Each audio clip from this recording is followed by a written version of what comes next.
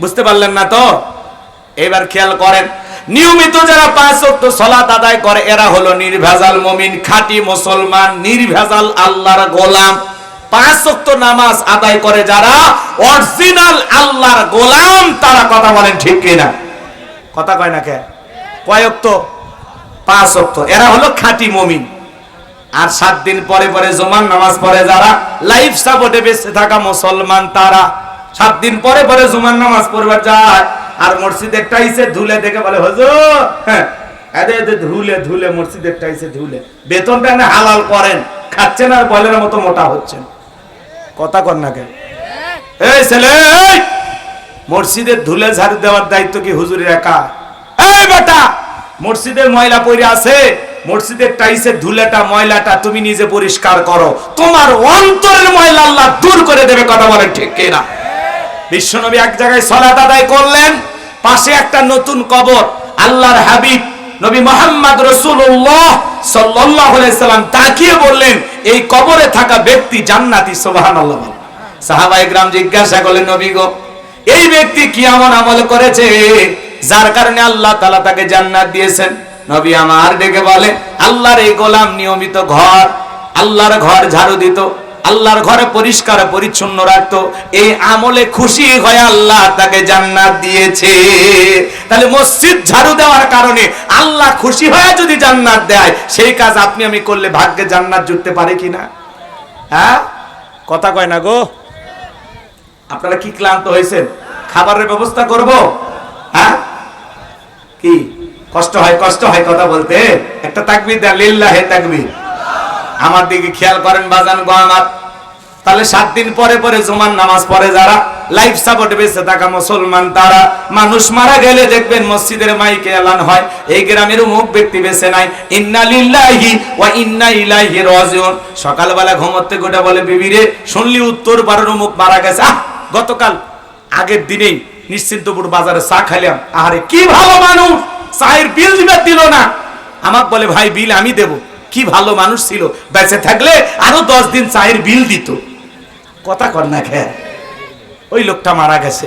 এই বিবি, তাড়াতাড়ি পাঞ্জাবিটা ধুয়ে রেডি কর, জহর পরে যেহেতু জানাজা, এবার ক্ষেত খামারে কাজ শেষ খেন আইসা গোসল করে দৌড়ে চলে গেছে মসজিদে, যায় দেখে হুজুর জানাজা শুরু করেনি, হুজুর শুরু করছে জহরের 4 রাকাত। কথা কর না কেন? এইবার চিন্তা করলো, যেহেতু জানাজা পড়তে আসছি, জহরের 4 রাকাত ফরজও পড়ে নেই, আল্লাহু আকবার। উদ্দেশ্য হলো জানাজা পড়া, জহরের নামাজ পড়া নয়।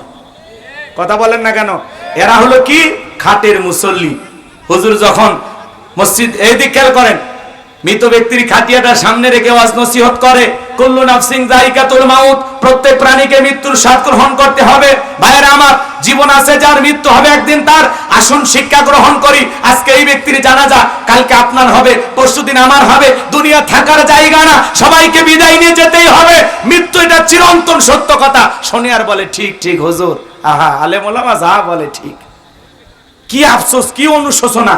কবরে মাটি দিয়ে বাড়ির যে টুপি খুলে একটা সিগারেট লাগে খালি টান মারছে, ওই ধোঁয়ার সাথে হুজুরের ওয়াজ উড়িয়ে গেছে। কথা কর নাকি আপনারা? মানে এমন আফসোস অনুশোচনা তখন করতো যখন জানাজা পড়তে আসছে, মনে হয় জীবনে আর মসজিদ ছাড়বি না, নামাজ ছাড়বে না, ভালো হয়ে যাবি। কিন্তু জানাজা পড়ে বাড়ির যায়া হুজুরের ওয়াজ আর মনে থাকে? এই যে প্যান্ডেলে যখন ওয়াজ শুনে, আহারে আলেম ওলামা যা বলে, পরিবর্তন হওয়া দরকার, ঠিক ঠিক ঠিক।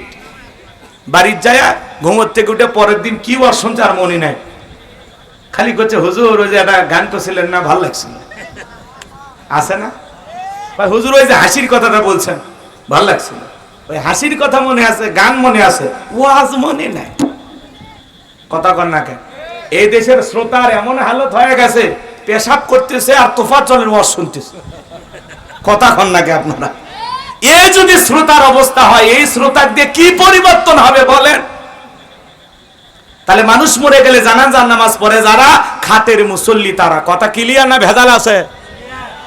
আচ্ছা, জানাজায় যে পরিমাণে জহরের নামাজ পড়ে লোক হয়েছে, ওই পরিমাণে ফজরে মুসল্লি ছিল? হ্যাঁ, এই দেশে জুমার নামাজের জন্য মসজিদ ভাঙে 2 তলা 3 তলা করা হয়, আর ফজরের নামাজের সময় এক কাতার মুসল্লি পাওয়া যায় না। এমনও মসজিদ আছে হুজুর একাই আজান দিয়া মুয়াজ্জিম একাই নামাজ পড়ে। কথা কোন ঠিক কি না? এক হাজি বিয়ে বাড়িতে বেড়াইবার গেছে, যা বলতেছে বিয়ে আমি ট্রিপল হাজি 3 বার হজ করছি, জামাত ছাড়া নামাজ পড়ি না। ফজরের আজান হচ্ছে, মসজিদ কোন দিকে দেখে দেন? কয় সোজা যায় ডানে, ডানে যায় বামে, একেবারে দেখবেন সামনেই, ওটাই মসজিদ। কথা কয় নাকি? এবার মসজিদে যায় দেখে মসজিদের গেটে কি তালা তালা, কিন্তু আজান হচ্ছে।